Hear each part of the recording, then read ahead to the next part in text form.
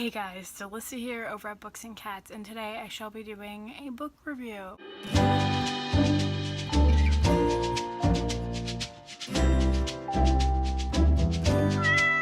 I've already filmed 2 videos, so I'm a little tired, so this is a little all over the place. I'm just trying to be a successful person and do a book review. The book that I shall be reviewing today is Salt by Hannah Moskowitz. Hello, editing Alyssa here. Just wanted to really quick inform you that I forgot to mention in the video, Salt comes out October 30th. Thanks, bye. I received this book from NetGalley. I got a lot to say. So Salt is basically about our main character, Indy, and his 3 siblings. They are monster hunters. They sail the Mediterranean and hunt monsters, and basically it's about Indy wanting to settle down and not really hunt monsters anymore. I gave this book 4 stars. I loved this book. So I'll go into the characters, the plot, my overall general thoughts, and then wrap it up. So, the characters in this book, specifically Indy, were some of my favorite characters and character relationships that, I don't know, I've probably ever read. How deeply I loved these relationships is similar to Six of Crows. I really loved the dynamics of Six of Crows and their different relationships and how they intertwined, and this was very similar. It's basically all about sibling relationships, and I loved that because I don't read enough of it. I don't think we get enough of it, especially in a fantasy type setting like this. It makes my heart soar, waters my crops. It does things for me. Relationships in this were so good and beautiful, and I loved how realistic it is to actual sibling relationships, because I feel like a lot of times we just get sibling relationships that are just like they hate each other and that's it. Like, they hate each other, but they also secretly do love each other, and they do things out of love but not because they like each other. This one stood out because the love that they all have for each other is so astounding, honestly. It made my heart so happy. There were moments where I actually was like almost tearing up because it was so heartfelt and so genuine and felt so real. I really felt it. I really connected with this book a lot.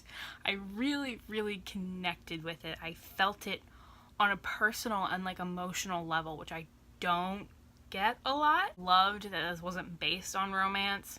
I loved that there really was no romance in this book whatsoever.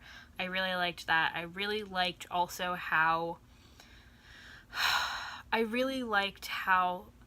the siblings, they were all kind of critical of each other, but they weren't judgmental. They mostly did things out of the care and love for each other. They were mostly just worried about the other person instead of passing judgment or judging the other person's choices. And I really liked that, because I feel like so many times we get sibling stories that are just like all about these weird catty arguments, and they're just always super petty and super annoying, and it's like no one wants to read about that. Like, yeah, we all have those fights with our siblings, but don't want to read about it. I highlighted so many quotes where Indy was just being so unbelievably amazing to his siblings, where he just goes out of his way to really like make them happy and enjoy his time with them.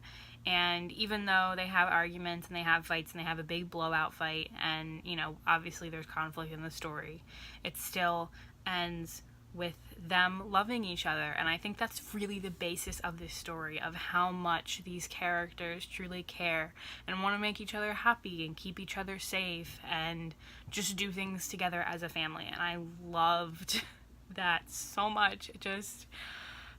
It makes me so emotional. Also, there is definitely some diversity mixed in to here. It's not really specified what race they are, but there are definitely, it's kind of like Six of Crows again, where it's obviously diverse and mentioned, it's just not specified what people are. On to the plot of the story. The plot was really good. The only thing that I didn't like is how it all kind of ended. Frankly, I thought this book could have been longer. This is coming from me.